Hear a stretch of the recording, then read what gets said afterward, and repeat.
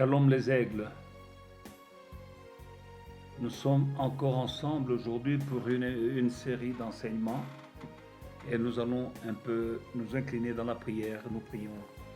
Père éternel, nous te bénissons pour cette occasion que tu nous donnes encore de venir vers toi et partager les Saintes Écritures.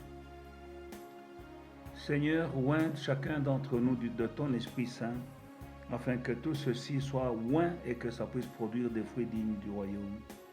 J'anéantis tous les plans du diable et tout esprit de confusion au nom de Jésus-Christ. Amen. Bien-aimés dans le Seigneur, nous sommes encore là pour une série d'enseignements et nous avons parlé la fois passée de l'appel, du caractère et de la compétence. Alors aujourd'hui, nous sommes là, nous allons un peu clôturer ce thème-là et puis passer maintenant à développer ce que nous avons vu la fois passée. Donc, bien-aimés dans le Seigneur, il y a l'appel. Et beaucoup de choses que nous vivons aujourd'hui dépendent de la vision, dépendent de la manière dont nous vivons. Et surtout du désir que nous avons d'obtenir les promesses de Dieu. Du désir que nous avons.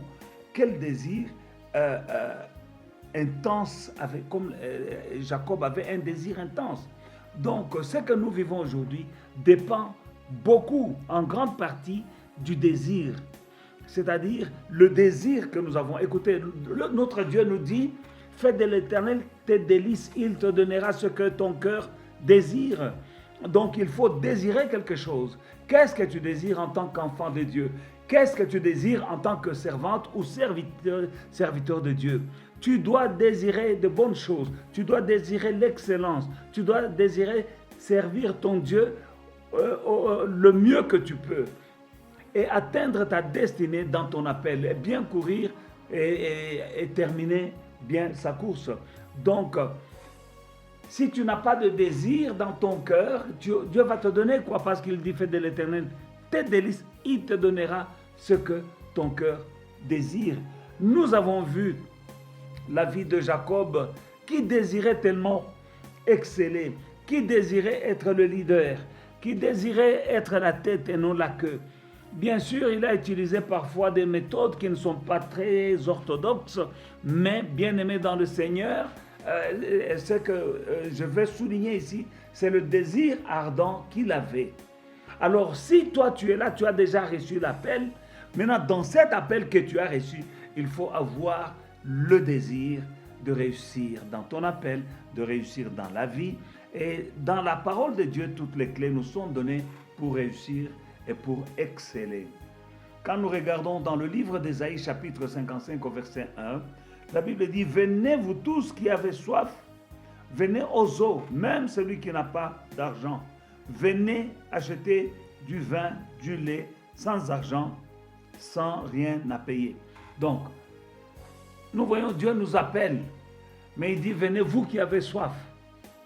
Et Jésus a dit, celui qui aura faim et soif sera rassasié.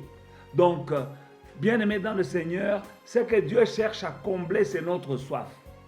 En tant qu'un homme de Dieu ou une femme de Dieu appelé à servir le Dieu vivant, tu dois avoir soif de réussir, soif de plaire à Dieu, soif d'exceller, soif de faire mieux que là où tu es.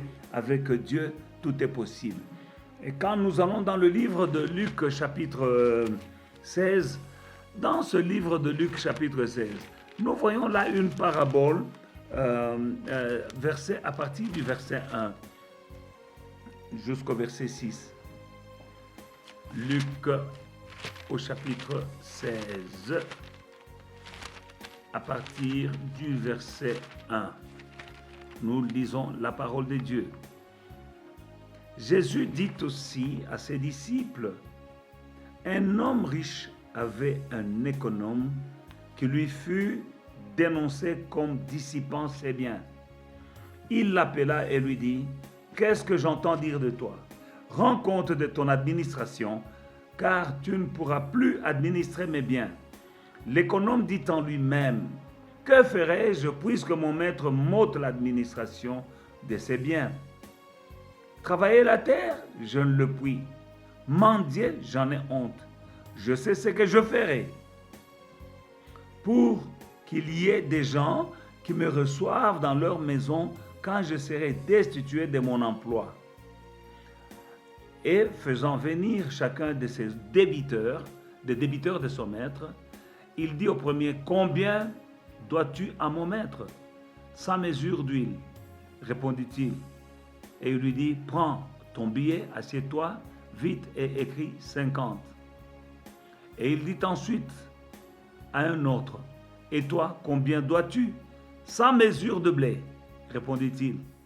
Et il lui dit, prends ton billet et écris 80. Ainsi de suite. Alors, la Bible, écoutez, nous pouvons lire aussi le verset 7 pour une bonne compréhension. Il dit ensuite, le verset 8, le maître loua l'économe infidèle de ce qu'il avait agi prudemment, car les enfants de ce siècle sont plus prudents à l'égard de leurs semblables que le sont les enfants de lumière. Donc, cette parabole a été expliquée de plusieurs manières. Elle peut être interprétée de plusieurs manières, mais ce que moi je veux souligner ici, c'est la hardiesse de cet homme, le désir qu'il avait de garder la position qu'il avait, même aux yeux des hommes, même s'il avait été déchu par son maître, mais il a utilisé quand même une certaine sagesse, on peut appeler ça ruse, mais ce qui importe ici, ce que moi j'aimerais souligner, c'est ce désir qu'il avait de garder un certain niveau de vie. Alors bien sûr, la méthode qu'il a utilisée n'était pas très propre, mais c'est un infidèle, c'est un païen, parce que la Bible dit, le maître loua cet économe infidèle de ce qu'il avait agi prudemment, car les enfants de ce siècle, donc les gens du monde, sont plus prudents à l'égard de leurs semblables que le sont les enfants de lumière. Vous et moi, nous sommes les enfants des lumières. Donc nous devons être plus prudents que les enfants de ce siècle, que les gens du monde. Il a agi avec des stratégies mondaines, mais Dieu nous a donné des stratégies divines. En étant honnêtes et en pratiquant la parole de Dieu, nous pouvons atteindre un standing de vie, un standing dans le ministère, un statut bien-aimé dans le Seigneur, selon même que c'est la volonté de Dieu qui dit que nous devons être la tête et non la queue. Alors en pratiquant les bons principes divins, nous pouvons y arriver. Alors bien-aimé dans le Seigneur, on voit qu'il avait un désir dans son cœur. En tant qu'enfants de Dieu, vous et moi, nous devons avoir aussi un désir de servir Dieu correctement et au maximum, de ne pas être paresseux parce que notre Dieu n'aime pas les paresseux, de travailler bien, de servir Dieu bien et mieux, donc, et ne pas faire la concurrence avec les autres. Moi, je dis toujours que je fais la concurrence avec moi-même.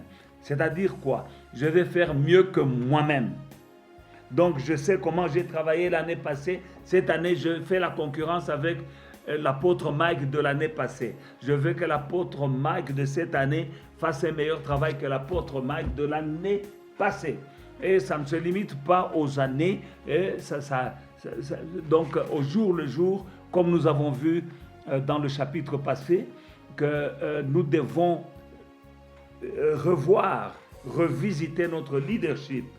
Au jour le jour, tu dois regarder comment tu marches. Tu dois regarder comment tu as fait hier. Est-ce que hier c'était bien? Et si tu analyses hier par rapport à aujourd'hui, donc le lendemain, donc comme nous sommes aujourd'hui, tu analyses hier, la journée d'hier, tu peux découvrir les erreurs à ne pas commettre de nouveau. Donc quand nous n'analysons pas, nous continuons à travailler, nous ne savons pas le jour ou le moment où nous avons déjà quitté la route que le Seigneur avait tracée devant nous. Alors, dans Matthieu chapitre 11, le verset 12, la Bible dit « Depuis le temps de Jean-Baptiste jusqu'à présent, le royaume des cieux est forcé et ce sont les violents qui s'en emparent. » Ce sont les violents qui s'en emparent. Tu dois te faire violence, bien-aimé dans le Seigneur. Parfois, il y a des circonstances particulières qui peuvent provoquer en toi ou présenter une opportunité. Voilà, il y a des circonstances qui peuvent se présenter et tu dois savoir saisir l'opportunité. Il y a des gens qui n'ont jamais su saisir leur opportunité. Comme nous pouvons voir quand Jonathan est allé combattre le poste des Philistins dans le livre de 1 Samuel, chapitre 14, nous voyons Jonathan qui est allé passer à l'attaque d'un poste des Philistins tout seul, mais accompagné seulement de son porteur d'armes. Là, il y avait des circonstances qui se sont présentées devant lui. Il est parti, il a eu besoin, pas de toute l'armée, mais seulement de son porteur d'armes. Et si vous lisez tout le chapitre 14, vous allez comprendre que c'est vrai, il ne savait pas comment le faire, comment passer à l'attaque, mais Dieu a agi d'une certaine manière en donnant un rêve dans le camp des Philistins et en permettant à Jonathan d'aller écouter l'interprétation de ses rêves, et ça lui a donné le courage. Donc il y a des occasions particulières, des circonstances particulières qui peuvent se présenter à toi. Apprends à saisir les opportunités, ne sois pas distrait, parce que les gens qui sont distraits sont des gens qui souvent disent « j'aurais dû, j'aurais pu », et là c'est trop tard. Amen. Alors aujourd'hui, nous allons développer le caractère. Nous allons parler un peu du caractère. Nous devons savoir une chose, le caractère à lui seul ne peut pas tout faire. Il est important, oui, il est primordial, oui, mais à lui tout seul, le caractère ne peut pas suffire à accomplir tout ce que tu dois accomplir. Il est insuffisant. Donc nous avons besoin de faire un travail sur nous-mêmes. Il faut faire un travail profond sur nous-mêmes. Parce que Dieu nous a pris de quelque part quand il nous a appelés. Mais quand on t'appelle, il y a des choses que celui qui t'a appelé fera, mais il y a des choses que toi tu dois faire. Parce que maintenant, nous devons être co-ouvriers avec Dieu. Donc nous avons un rôle à jouer et Dieu a un rôle à jouer. Donc, tu dois travailler sur ton caractère et faire des efforts sur ton caractère. Tu ne dois pas continuer à travailler avec certains caractères que tu avais développés dans le monde. Il y a des choses dont tu dois te dépouiller et remplacer des bonnes choses, des mauvaises choses par des bonnes choses. Donc, nous avons besoin de faire un travail sur nous-mêmes pour nous placer dans les meilleures conditions et répondre favorablement à l'appel qui nous est adressé. C'est ainsi que beaucoup ont été appelés, mais peu ont été qualifiés. Parce que maintenant, quand tu as été appelé, pour te qualifier, tu dois vraiment travailler sur ton caractère. Je donnerai encore l'exemple de Joseph et de Samson. Joseph a été appelé, Samson aussi a été appelé. Nous savons même que Samson avait été appelé depuis le ventre de sa maman.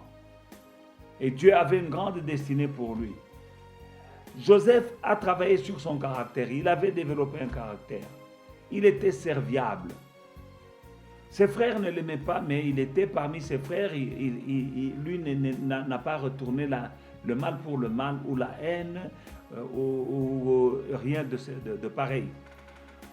Et nous savons qu'il a été placé comme intendant, c'est-à-dire gérant dans la maison de son maître qu'il avait acheté, Potiphar. Quand il était dans cette maison, il gérait les biens de Potiphar. Et Potiphar était un grand entrepreneur. Il avait beaucoup de choses. C'était un officier de Pharaon, mais il avait aussi de grandes affaires. Et il avait tout mis entre les mains de Joseph. Son argent, ses troupeaux et tout. Il a géré le troupeau, il a géré les bêtes, il a géré les autres ouvriers, il a géré les finances, il a tout géré sans rien voler. Donc, bien-aimé dans le Seigneur, il faut avoir le caractère quand on sert Dieu pour pouvoir atteindre ta destinée dans le ministère. Il gérait tous les biens de Potiphar. Nous n'avons pas entendu quelque part un jour qu'il a volé de l'argent. Nous n'entendons pas un jour qu'il a volé une poule et il a fait la fête avec la poule de son maître, ou il a fait un barbecue avec les chèvres ou les moutons qu'il gardait. Non. Il savait que ce n'est pas à moi, c'est à mon maître, et il gérait bien. Alors, en tant que servante et serviteur de Dieu, ça demande le caractère. Nous devons bien gérer l'argent du ministère, l'argent de l'Église, l'argent qui est entre nos mains. Nous devons bien gérer le peuple de Dieu, le troupeau que Dieu nous a confié, sans en abuser. Dieu voit tout, il a un regard sur tout. Non seulement il a bien géré, mais il était aussi intègre devant Dieu. Il a résisté à la tentation. Donc il a passé le test en matière de finances. Il n'a pas volé. Et le diable ne s'est pas avoué vaincu. Il est venu avec un autre test, la tentation sexuelle. Il est venu avec la femme de Potiphar et il la lui a présenté. Et la femme de Potiphar était en train de harceler. Donc ça s'appelle aujourd'hui harcèlement sexuel. Elle disait, couche avec moi. Elle était en position de supériorité. Elle était la patronne. Elle a demandé, couche avec moi. Il n'a pas trouvé de circonstances atténuantes pour excuser son péché. Il pouvait coucher avec elle, en profiter et dire, bon, je ne pouvais pas faire autrement. Non, il a refusé. Il a dit à la femme, je ne peux pas faire cela car je crains mon Dieu et je respecte mon maître, ton mari. Donc, il a passé le test de la tentation sexuelle. En tant que servante et serviteur de Dieu, le diable viendra avec la tentation sexuelle, la tentation sur l'argent. Mais quand tu développes bien ton caractère, tu passes le test, tu iras encore plus haut. Il a été poursuivi, il a été emprisonné. Mais même dans la prison, il gérait la prison, il n'a pas abusé, il ne s'est pas évadé, il n'a pas volé là en prison, il gérait tout. Il était l'intendant, il gérait la prison. Et puis après, il a fait tout cela tellement bien qu'il est arrivé au top. Maintenant, voilà quelqu'un qui a développé son caractère. Maintenant, d'autre part, nous allons voir Samson, qui avait reçu aussi un appel, qu'il était celui qui allait délivrer Israël. Mais il avait l'onction, il avait l'appel, mais il n'avait pas le caractère. En ce qui concerne les femmes, Samson était très faible. La sexualité est une arme redoutable utilisée par le diable. Si tu ne tombes pas dans les finances, fais attention, il t'attend au tournant avec le sexe. Mon frère, ma soeur, quand tu es appelé ou tenté dans la sexualité, cela ne veut pas dire que tu es la plus belle ou bien tu es le plus beau. Ce que le diable cherche, c'est de dépouiller de ta gloire, la gloire de Dieu, et te faire tomber pour que tu puisses échouer dans ton ministère. Voilà quelqu'un qui avait l'appel, mais qui n'avait pas de caractère. Samson. Il a terminé son parcours comme un clown, les yeux crevés. Aujourd'hui, les yeux qu'on avait crevés de Samson, c'est-à-dire quand tu ne développes pas le caractère, surtout du côté du siècle, tu perds les yeux. Les yeux spirituels, c'est quoi? C'est la vision. Parce que les yeux ici physiques, c'est pour la vue. Or, il y a une différence entre la vue et la vision. Parce que la vue, c'est une fonction des yeux physiques, mais la vision, c'est quelque chose de spirituel. On lui a crevé les yeux parce qu'il est tombé dans le péché de l'immoralité sexuelle et il a perdu la vision. Il a perdu la vue, mais ça peut s'interpréter comme la vision. Si tu tombes dans le péché, dans l'immoralité, tu perds la vision et tu te disqualifies. Comme il est écrit, beaucoup ont été appelés, mais peu se sont qualifiés. Donc là, développer le caractère, c'est aussi un autre prérequis. Nous allons un peu lire la Bible dans le livre de 1 Samuel chapitre 16 à partir du verset 1 jusqu'au verset 13. Nous lisons la parole de Dieu. L'Éternel dit à Samuel: quand cesseras-tu de pleurer sur Saül? Je l'ai rejeté afin qu'il ne règne plus sur Israël. Remplis ta corne d'huile et va, je t'enverrai vers chez Isaïe de Bethléemite, car j'ai vu parmi ses fils celui que je désire pour roi. Samuel dit: comment irai-je? Saül l'apprendra et il me tuera. Et l'Éternel dit: tu amèneras avec toi une génisse et tu diras: je viens pour offrir un sacrifice à l'Éternel. Tu inviteras Isaïe au sacrifice. Je te ferai connaître ce que tu dois faire. Et tu oindras pour moi celui que je te dirai. Samuel fit ce que l'Éternel avait dit. Il alla à Bethléem, et les anciens de la ville accoururent effrayés au-devant de lui et dirent: ton arrivée annonce-t-il quelque chose d'heureux? Il répondit: oui, je viens pour offrir un sacrifice à l'Éternel. Sanctifiez-vous et vous venez à moi au sacrifice. Il fit aussi sanctifier Isaïe et ses fils, et il l'invita au sacrifice. Lorsqu'ils entrèrent, il se dit en voyant Eliab: certainement, loin de Dieu est ici devant lui. Et l'Éternel dit à Samuel: ne prends point à son apparence et à la hauteur de sa taille, car je l'ai rejeté. L'Éternel ne considère pas ce que l'homme considère. L'homme regarde ce qui frappe les yeux, mais l'Éternel regarde le cœur. Isaïe appela Abinadab et le fit passer devant Samuel. Et Samuel dit: l'Éternel n'a pas non plus choisi celui-ci. Isaïe fit passer Shama. Et Samuel dit: l'Éternel n'a pas non plus choisi celui-ci. Isaïe fit passer ses 7 fils devant Samuel. Et Samuel dit à Isaïe: l'Éternel n'a pas choisi aussi aucun d'eux. Puis Samuel dit à Isaïe: sont ceux-là tous tes fils? Et il répondit: il reste encore le plus jeune, mais il fait paître le brebis. Alors Samuel dit à Isaïe: envoie-le chercher, car nous ne placerons pas avant qu'il ne soit ici.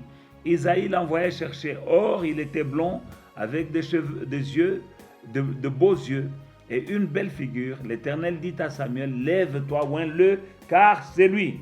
Samuel prit la corne d'huile et l'oignit au milieu de ses frères. L'Esprit de l'Éternel saisit David, et à partir de ce jour et dans la suite, Samuel se leva et s'en alla à Rama. Amen. Alors, donc, nous voyons ici qu'il y a un appel. Mais Saül était roi. Il avait été appelé. Il avait été même oint pour roi. Mais il s'est disqualifié. Bien-aimé, ne te disqualifie pas. Comment est-ce que Saül s'était disqualifié?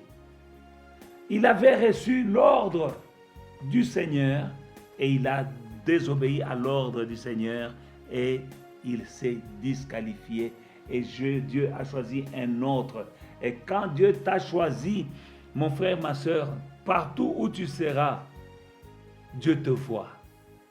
Dieu voyait David là où il était en train de paître le brebis. Il était occupé, soumis à son père biologique. Et David aimait Dieu.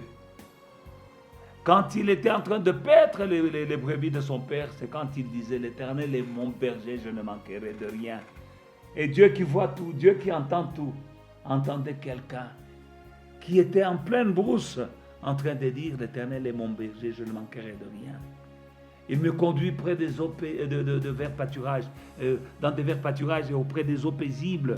Et quand je marche dans la vallée de l'ombre de la mort, je n'ai rien à craindre à cause de ta présence, ta houlette et ton bâton me rassurent. Dieu dit: waouh! Qui est celui qui me connaît comme ça? C'était David. Et Dieu l'avait aimé. Bien-aimé dans le Seigneur, Saül a préféré écouter le peuple et quand il tombait dans le péché, il s'est justifié au lieu de se repentir et il s'est disqualifié. Bien-aimé dans le Seigneur, développe le caractère comme David avait développé le caractère et tu réussiras dans ton appel.